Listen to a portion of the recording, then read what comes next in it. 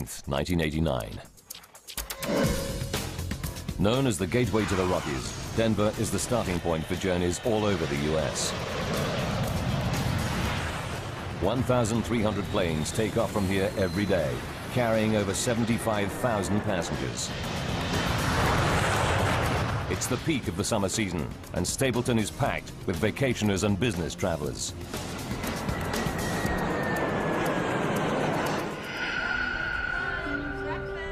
Debbie McKelvey will be among the vacationers flying from Stapleton today.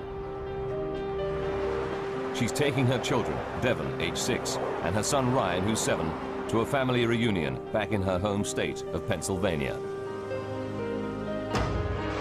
I was going home for 2 weeks with my children, and I was very, very excited about the trip.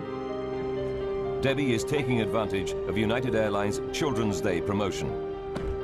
Today, kids under 14 can fly for 1 cent, but each must fly with a paying adult.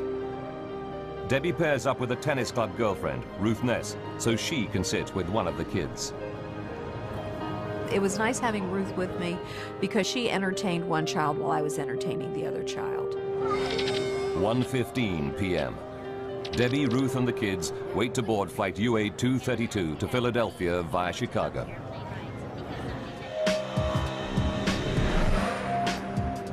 Commanding the flight is Captain Alfred C. Haynes. His cabin staff reported a minor electrical fault in the galley on the previous leg, but engineers have given it the all clear. Captain Haynes is a veteran pilot with 7,190 hours logged in the DC-10.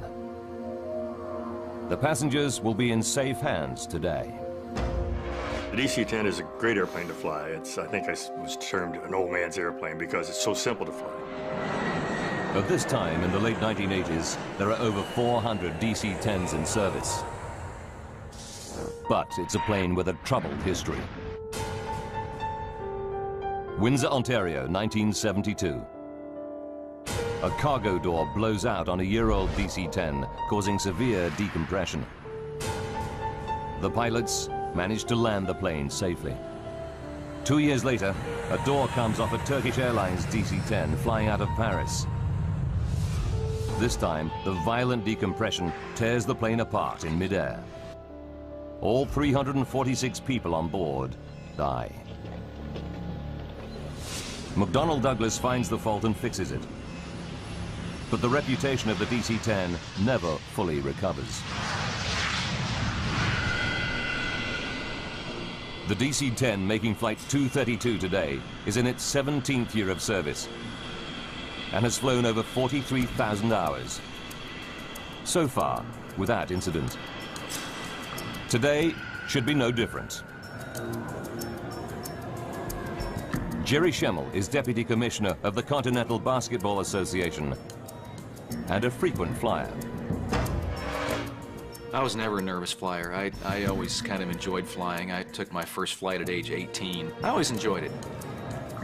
Jerry is flying to Columbus on business with his boss and great friend, Jay Ramsdell. Their original flight is cancelled, but Jay gets a seat on the very next flight. The bad news is there's no seat for Jerry. Jay decides to stay with his buddy and wait for an even later plane. I didn't think much of it at that time. I thought it was a nice gesture. I thought to myself, I hope I would have done the same thing. Finally, after a 6.5-hour wait, Jerry and Jay both get seats on flight UA 232 to Philadelphia. Flight 232 is busy today. It's carrying 285 passengers and 11 crew. Debbie McKelvey boards with her friend and 2 kids. They add to an unusually high number of children on board.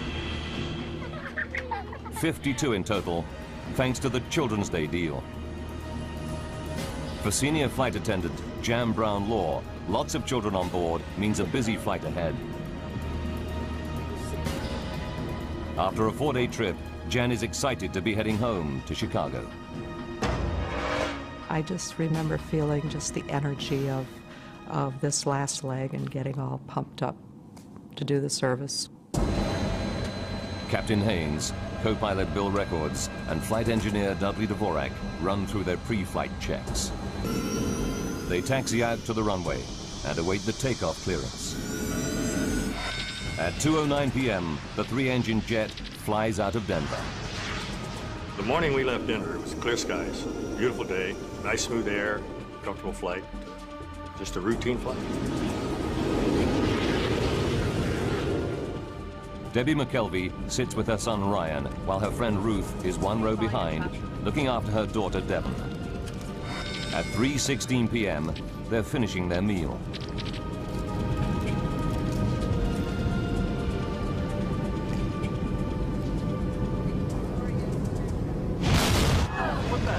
Suddenly, out of the blue, a terrifying blast rips through the plane. The first thing I thought was a bomb has gone off. I really did. I thought someone had planted a bomb, it had been detonated, and we started to drop. The only way I can think to explain it, it's like if you're driving down a highway and you hit a pothole. Jan Brown-Law fears it may be a breach in the plane's fuselage. I instinctively sat down on the floor and held on, not knowing if it were a decompression, that everything that isn't tied down securely is going to be sucked out. There's no sign of any visible damage inside the plane. But up in the cockpit, Captain Haynes scans the engine instruments and quickly realizes that his number 2 engine is malfunctioning. I've never had a jet engine fail in flight. Only in the flight simulator, never in flight. But this time, it's happening for real. 3:17 p.m. Captain Haynes' priority is to shut down the problem engine. He's not too worried. The DC-10 can fly comfortably on its remaining 2 wing-mounted engines. Haynes follows the shutdown procedure and cuts off fuel and power to the number 2 engine.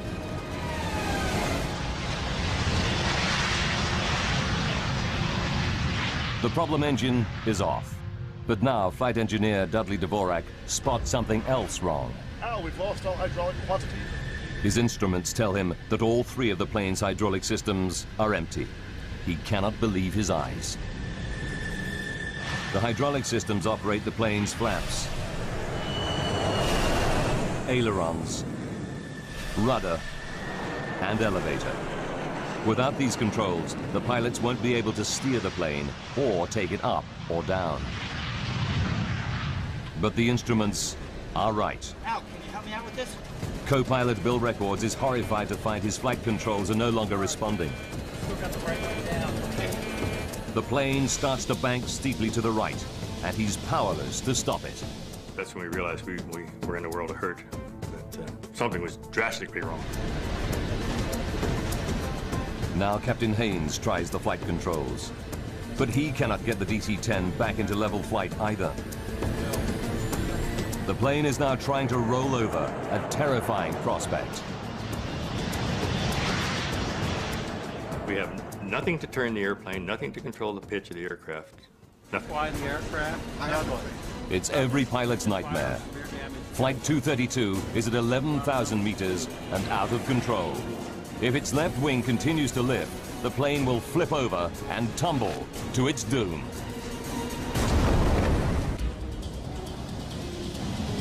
United Airlines Flight 232 is down to 2 engines. Worse still, the plane has lost all conventional flight controls. Despite everything that Captain Haynes tries, the plane seems bent on turning over. Back in the cabin, the passengers feel the plane banking steeply. Now, my son at 7½, he had always been a people watcher. And he looked around and he said, something's not right here. You could feel the turn. You could feel the sensation physically of your body leaning off to the right side. I remember feeling that and thinking that was very unusual. 3:18 p.m. The left wing is so high that the plane is in an extremely steep bank. Al Haynes knows that within a few more seconds, it will roll over and tumble out of control. There is just one old aviator's trick left to him. If it fails, Flight 232 is doomed. The first reaction was to just close one throttle and push the other one up, see if maybe that would help. In a desperate bid to restore level flight, Haynes tries adjusting the relative power of the 2 wing engines. If the right engine runs faster, the airplane will bank left, and vice versa.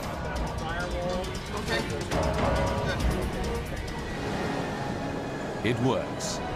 Captain Haynes is able to pull the plane out of its roll. He still has no flight controls, but he regains a crude form of steering by using the throttles. But Haynes finds that he can only make right-hand turns. 3:20 p.m.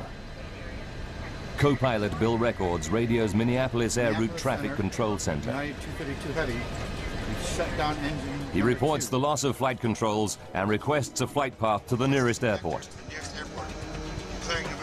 The pilots have no idea how they're going to land the crippled plane.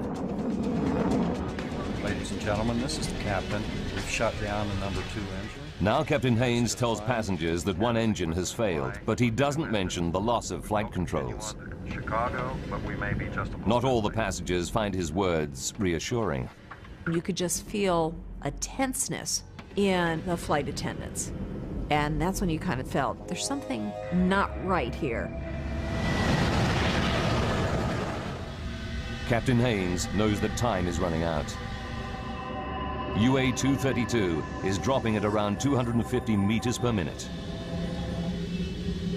They need to attempt an emergency landing soon, before they lose height altogether.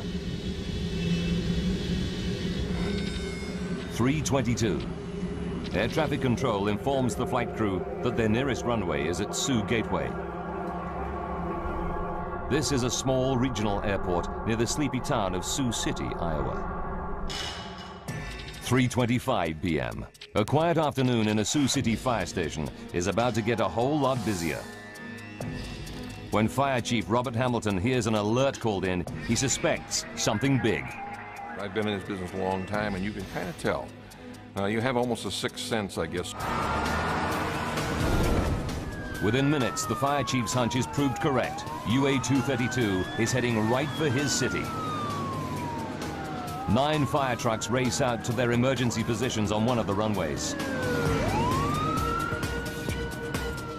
Now Captain Haynes and his crew have to work out how they're going to land the plane with barely any controls. Before they can make a plan, they hit another problem. The DC-10 starts to soar up and then down in a random, uncontrollable cycle. For the pilots, it's like riding a roller coaster through the sky. We had no idea how long we were going to keep that airplane in the sky. Debbie McKelvey feels the plane's erratic motion and fears for her life. Here I have a 6-year-old and a 7-year-old. You start praying, you know, if I'm going to die, please make sure we all go and we all go quick. 3:26 p.m.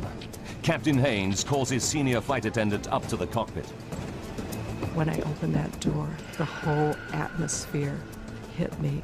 It's the worst crisis possible.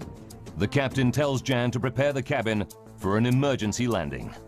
As I walked through the first-class cabin, I just could not look anybody in the eye because I was afraid they'd read the fear in mine.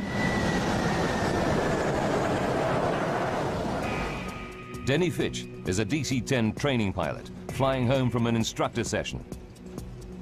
He knows that something is wrong and offers his help. 3:29. What Denny finds in the cockpit shocks him. It was an amazing scene for me because both the pilots were in fact on the controls.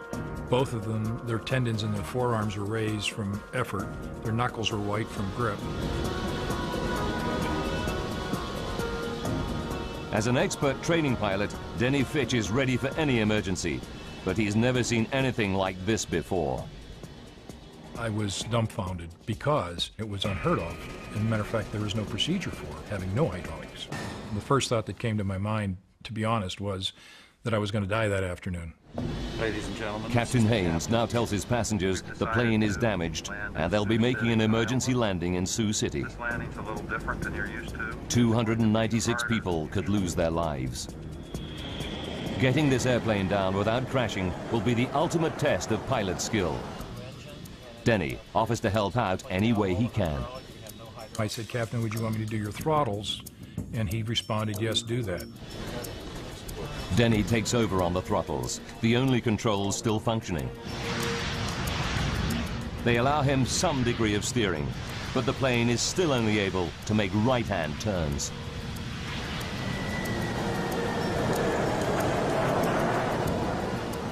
As far as I'm concerned, he's now the fourth member of the crew because he was willing to step in there and help us any way he could. 3:48.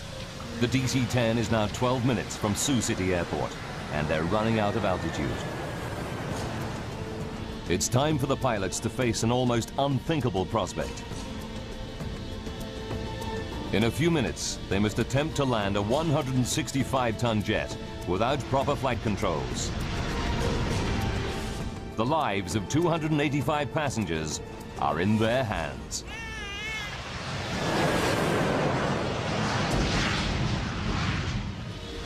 The pilots must now try to line up for the final approach into Sioux City Airport. Denny Fitch will attempt to steer the plane and control its descent, all by adjusting the throttles. What's more, the plane can only make right-hand turns. The plan is to make a series of looping turns and hope that as they come out of their final circuit, they're facing the runway. The odds are stacked against them. At 3:50 p.m., Senior Flight Attendant Jan Brown-Law begins her final safety briefing. The passengers were right there in the palm of our hand. There, you could have heard a pin drop. Jan pays special attention to the 4 children too small to have their own seats. You need to keep your seatbelt on and cross. Official guidelines are non-specific, but United Airlines procedure at the time is for adults to hold these lap children on the floor during an emergency landing. Jan is anxious about the procedure, but has no option but to follow protocol. It makes my skin crawl to this day to think that I found myself telling passengers, parents of lap children, to put their child on the floor and hold them down. As the flight crew near Sioux City, they are only too aware of what's at stake. You've got 296 lives in your 2 hands. You literally do. And I've never felt so overwhelmingly, responsible for anything in my life. With no brakes, the DC-10 will need a long runway. Air traffic control assigns them runway 31 at 2,700 meters. It's the longest at Sioux City. 3:52 p.m. Denny Fitch puts the plane into its final looping turn. He knows the crippled jet would never be able to regain altitude for a second attempt. This was it. We had to land on that runway. One time, that's all we had. As they emerge from their final loop, the pilots see a wonderful sight. Sioux City Airport, dead ahead. There's just one problem. It's the wrong runway. Here we are, there's a runway right in front of us. We're out of time, we're out of altitude. That's where we're going to go. Runway 22 is much shorter than runway 31, and it's full of fire trucks and ambulances. It wasn't until probably a couple of minutes at the most that we had a change in that the runway was actually shifted then from 1331 to runway 22. 3:59. Fire trucks race out of the path of the plunging DC-10. And so we were basically just kind of scrambling, getting out of the way, if you will, and trying to get to an ideal position for that particular runway. Captain Haynes orders the passengers into the brace position. Brace, brace, brace. The minute we said brace, it was like a breeze going over a field of wheat. Everybody in the cabin disappeared from sight to go into their brace position. I kept thinking, this is it. And I actually made my son shut the window shade. And I thought, we don't need to see, the end as it's coming.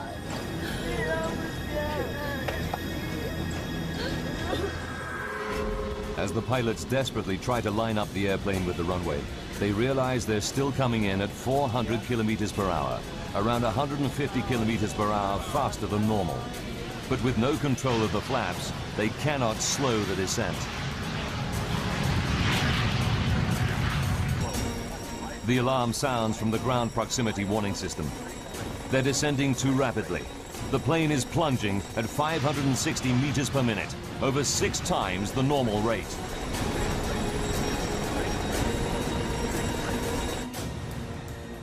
Down on the ground, a local news crew races into position to cover the crash landing.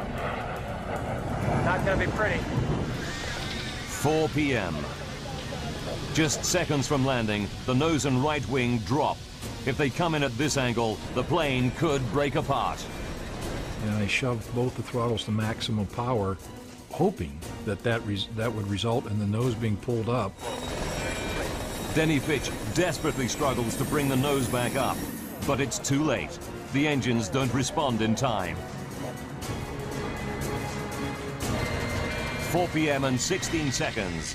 The plane smashes into the runway.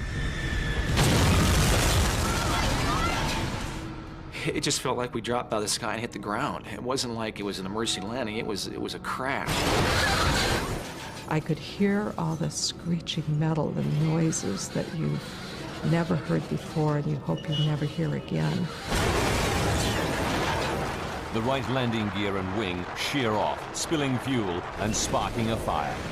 I could see fireballs because I guess the plane, you know, it's screeching on the runway. And then that was my next thought. Oh my God, we're gonna burn to death. The jet careers along the runway on its wing stump for about 600 meters, then breaks apart.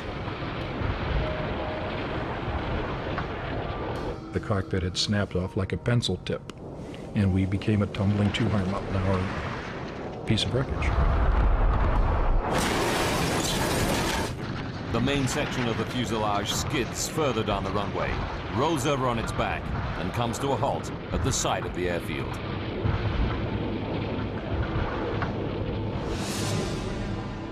The plane is split into 3 main pieces: cockpit, tail section, and middle passenger section. Dozens of surviving passengers flee the burning cabin.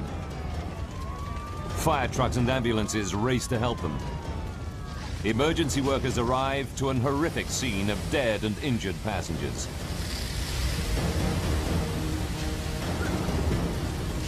Survivors escaping the wreckage scatter through cornfields at the edge of the runway. Debbie and her son Ryan are among them. I grabbed my son and we started running and running. And I had no idea where we are. Some of the children and babies held on the floor before landing are missing. The violence of the crash tore them from their parents' grasp. One grief-stricken mother confronts flight attendant Jan Brown-Law. And she just looked up at me and she said, "You told me to put him on the floor, that it would be all right." And I thought, I'm going to live with those words for the rest of my life. The child, 23-month-old Evan Zhao, tragically died in the burning jet. In the chaos of the crash, Debbie McKelvey and her son Ryan managed to get out of the wreck. But she can't see 6-year-old daughter Devon anywhere. So then you start really thinking, why didn't I have both of them? And it's just a horrible, horrible sinking feeling. Jerry Schemmel escaped the cabin unhurt. But now he hears a baby's cries. Despite the choking fumes, he ventures back inside the burning aircraft. I didn't think if I go back in, the thing will explode or I might not find my way back out. I just reacted. I heard the cries of baby, and the next thing I know, I'm back inside the aircraft. As the central cabin section burns, it starts to fill with toxic fumes. Smoke like this can kill in minutes. Parents like Debbie McKelvey fear that their missing children could still be somewhere inside the blazing jet. Flight 232 crashes at Sioux City Airport and lies in a smoking ruin at the edge of the runway. Survivors flee the crashed airliner, but a baby's cries draw passenger Jerry Schemmel back inside. So I finally got right over top of the crying, and I'm feeling around, and there's a baby stuck inside this overhead bin. I just grabbed the baby with one arm and scooped her out of the hole. I got back on my feet, found the opening, just kind of aimed for the sunlight and shot out the plane the second time. Jerry's actions probably saved the baby's life. But Debbie McKelvey is desperate. She fears her daughter and friend have not survived the crash. Then, suddenly, she spots a face. It's her 6-year-old daughter, Devon, emerging from the smoke. It was the absolute best feeling because she was there and she was okay. While passengers flee the wreckage, Captain Haynes and the flight crew are trapped in the cockpit. The plane's nose has buried itself into the soft earth beside the runway. It's the last place the rescuers reach. They have to use a forklift and cutting equipment to get through the twisted wreckage. It takes 30 minutes to reach the pilots. At 5 p.m., rescuers pull out all 4 pilots, seriously injured, but alive. As I remember the pat on my chest, and his words to me were, "You're okay, buddy, I'm here, I got you, you're gonna be okay." And I felt this tremendous relief. The flaming wreck of UA-232 burns for over 2 hours. 9 helicopters and 34 ambulances evacuate survivors. Jerry Schemmel's thoughts turn to his buddy, Jay, whom he lost sight of in the crash. Jerry hopes that he might have made it, but as time goes by, he loses all hope.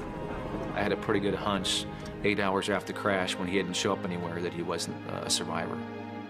Jay Ramsdell is one of 111 passengers who lose their lives in the crash.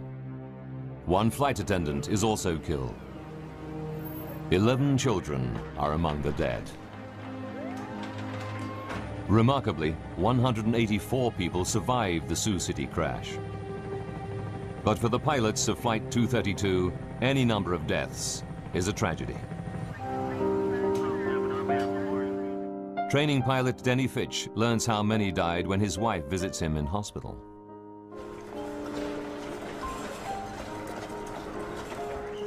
And she started crying because she realized I didn't know the truth. That in fact 112 people had died behind me.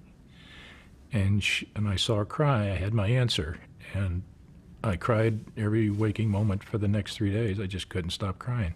It just so tore my heart out to know that people died behind me. I was ready to die for them, and I didn't want them to die. Al Haynes and the flight crew are determined that something positive should come out of the tragedy. I would like to say that this crew, and in fact the entire industry, is dedicated to finding the cause of this accident. So maybe we can never have it happen again.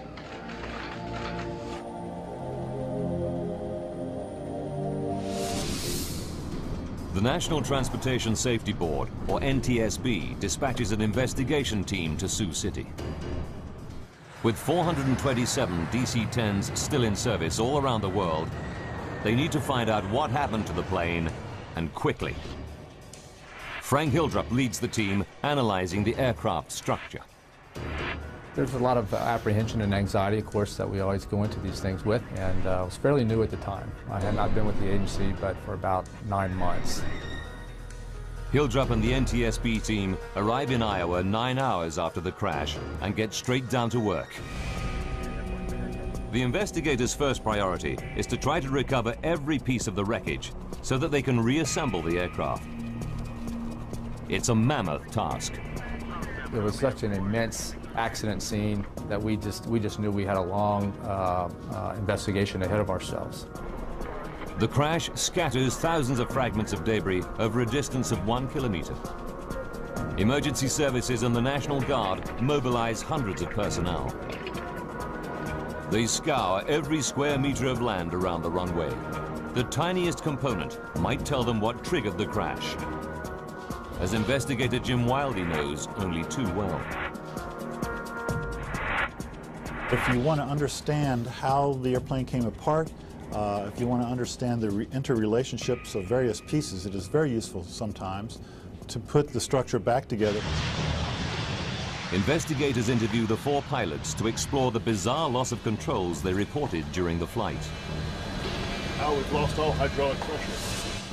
Captain Haynes and the crew confirmed that shortly after the dramatic failure of their number 2 engine, all their hydraulic systems went down. It mystifies investigator Frank Hildrup. I know personally I wasn't prepared for dealing with an airplane crash where it had lost all of its hydraulics. Extremely unique event and something I personally had never encountered before. Hydraulics operate all the flight controls on the DC-10. The flaps that help control descent. The elevators that pitch the plane up and down. The rudder that steers it. The ailerons that make it bank. Pressurized fluid inside hydraulic lines operates these mechanical controls. There are 3 separate and independent hydraulic systems. Even if one system is breached, it should not cause the loss of hydraulic fluid in the others. To lose fluid from all 3 systems at once is almost impossible. Experts put the odds at 1 billion to 1. Then, an unexpected find. Farmers 90 kilometers from Sioux City report aircraft wreckage scattered on their land. Investigators examine the debris and find that it includes components from the number 2 hydraulic system in the tail near the failed engine.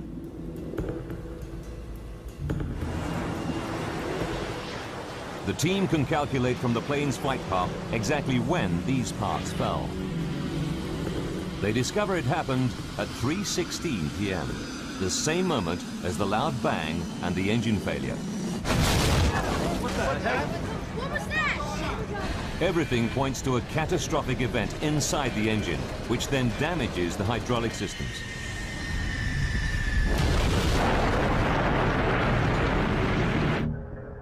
They go back to the wrecked plane and examine every millimeter of its hydraulic lines.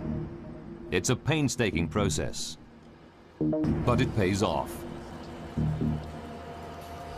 They find puncture holes in the pressure lines of the plane's other 2 hydraulic systems, and the holes in both sets of pressure lines are near the failed engine.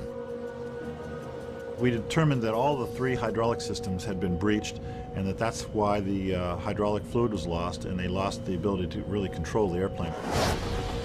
It's incredible, but true. Something did put all 3 hydraulic systems out of action at exactly the same moment. But the team still has to prove that the number 2 engine caused the damage.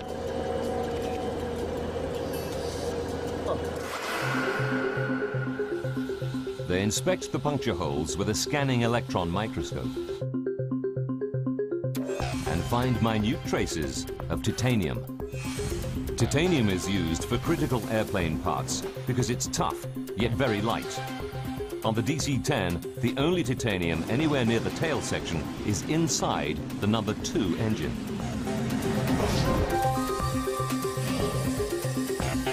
And when NTSB engineers reconstruct the DC-10's number 2 engine, a new clue confirms the team's theory. We learned that a major portion of the number 2 engine in the tail of the airplane had come apart and was missing. The missing part is the fan disc, the massive central hub of the engine's fan assembly. It's made of titanium. Investigators are starting to get a picture of what caused the bizarre loss of controls aboard flight UA-232. 44 minutes from disaster. The loud bang that crew and passengers hear is the 170-kilogram fan disc fracturing. The broken fan disc bursts through the engine housing. The blast fractures a section of the number 2 hydraulic system. But in a piece of catastrophic bad luck, fragments also puncture lines in both remaining systems. Quantity 0 on all 3. I'm sure gauges say 0. All hydraulic quantity down. 42 minutes to go. The plane loses all its flight controls. The tail section is so badly damaged that the plane can only make right-hand turns. And without elevators, the pilots cannot keep the plane on a level flight path through the sky. But the NTSB investigators still don't know what caused the fan disc to fracture. Until they find out, more than 200 other DC-10s could be flying around with engines that have a similar hidden fault.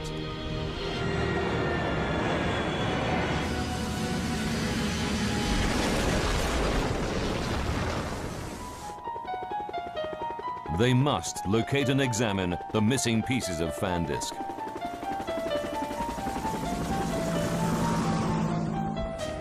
Investigators calculate the likely trajectory of the fan disc debris to find out where it might have landed.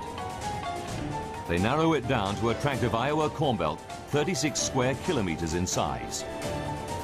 I would consider the search for that fan disc certainly a needle in a haystack type of effort. Investigators pull out all the stops to find the missing fan disc. They scour the area with 4 helicopters, but find that the 3-meter-high corn stalks conceal everything on the ground. They even deploy infrared cameras to try to locate the pieces.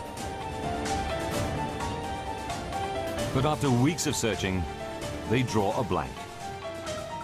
General Electric, the engine manufacturer, offers members of the public a large reward for the missing fan disc.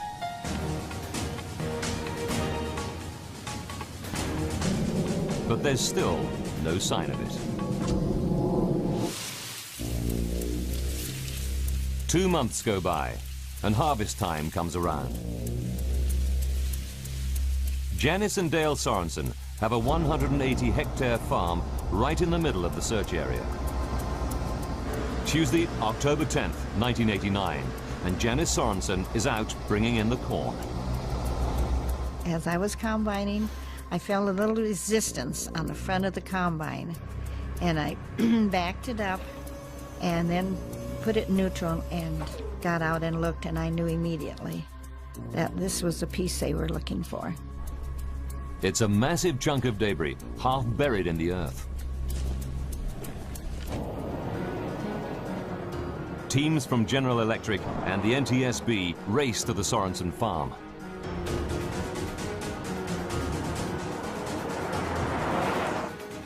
Dale and Janice help investigators dig out the piece of wreckage. This is the Sorensens' own video footage of their find.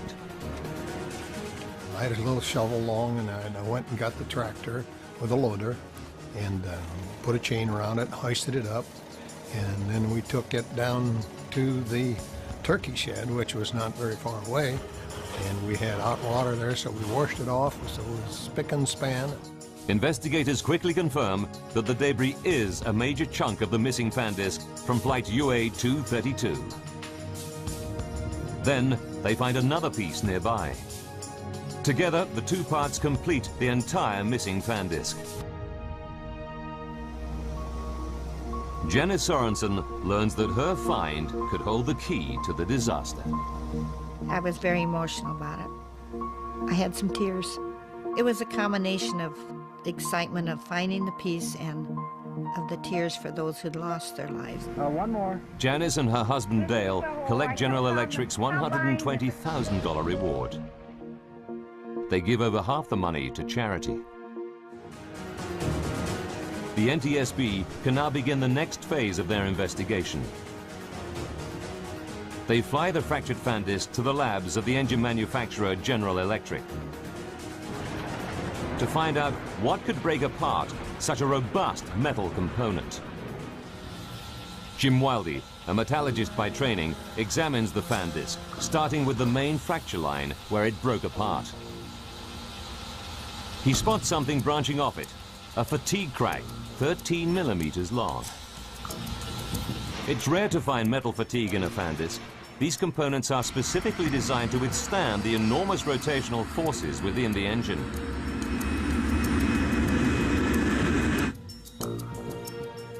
Then, at the base of the fatigue crack, Wildy sees a tiny cavity. The size of it was maximum in any one direction was about 50 thousandths of an inch.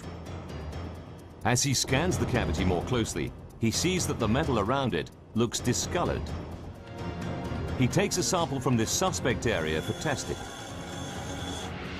What he discovers will shock the investigation team and rock the aviation industry to its core.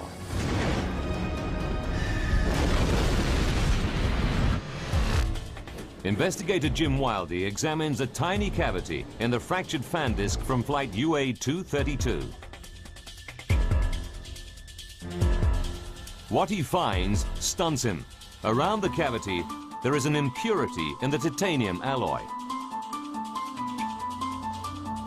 It's called a hard alpha inclusion, a brittle defect smaller than a fingernail. Analysis reveals that it was caused by excess nitrogen during the forging of the metal ingot. The fan disc in the DC-10 was made from titanium that harbored a fatal hidden defect. It's the final piece of the puzzle. The NTSB team can now put together the chain of events that left the passengers and crew of flight UA-232 seconds from disaster.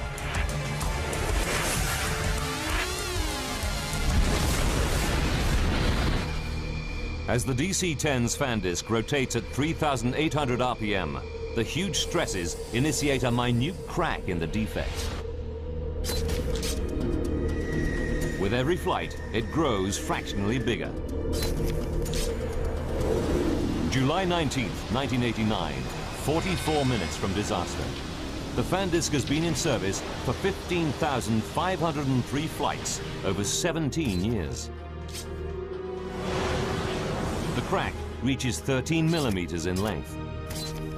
The faulty fan disc can no longer cope with the stresses imposed by its rotation. It shears in two. The damage it causes makes the DC-10 virtually unflyable. For the next 40 minutes, the pilots struggle to control the plane.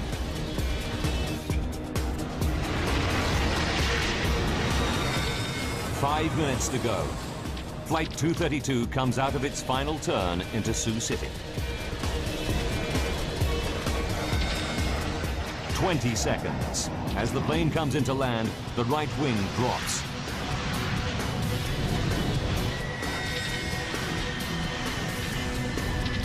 Disaster strikes.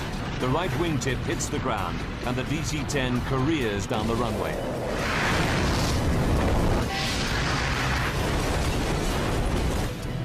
A $21 million jet weighing 165 tons is brought down by a tiny metallic floor. For the NTSB investigation team, there's a terrible twist to the tragedy. Investigators discover that United Airlines technicians made a routine inspection of the defective fan disc just 16 months before the crash. They're disturbed. The crack was on the fan disc surface. At the time of the inspection, the crack could have been close to 13 millimeters long. This disc had been inspected before the accident, and we determined that the crack was of a detectable size, but that it just wasn't detected. The NTSB report concluded that the crack was probably missed due to human error. The report accepted that United Airlines inspection procedures complied with regulations and were up to industry standard, and cited human factors as an industry-wide problem in engine inspection. In the wake of the Sioux City disaster, the Federal Aviation Authority upgraded engine inspection procedures. The FAA also demanded changes to the DC-10's hydraulic systems. Airlines were required to add shut-off valves to limit the amount of fluid that can drain from a breach in hydraulic lines. But today, lab children are still allowed to remain unrestrained during emergency landings.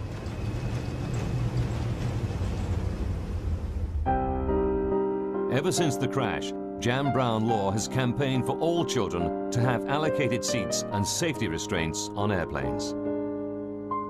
She has never forgotten the young boy, Evan Zhao, who lost his life on her watch. Evan would be 17 years old today had he been in a seat. Denny Fitch, Al Haynes, and the other crew members received industry awards for their extraordinary professionalism and valor. Jerry Schemmel, who now has children of his own, will never forget the debt he owes the pilots. I've thought about those guys every day for 16 years. I don't think we could have been equipped with a better cockpit crew than what we had. The safety measures triggered by the Sioux City crash transformed aviation safety, not just on the DC-10, but on all passenger airliners. The new rules should ensure that such a bizarre and devastating accident can never happen again.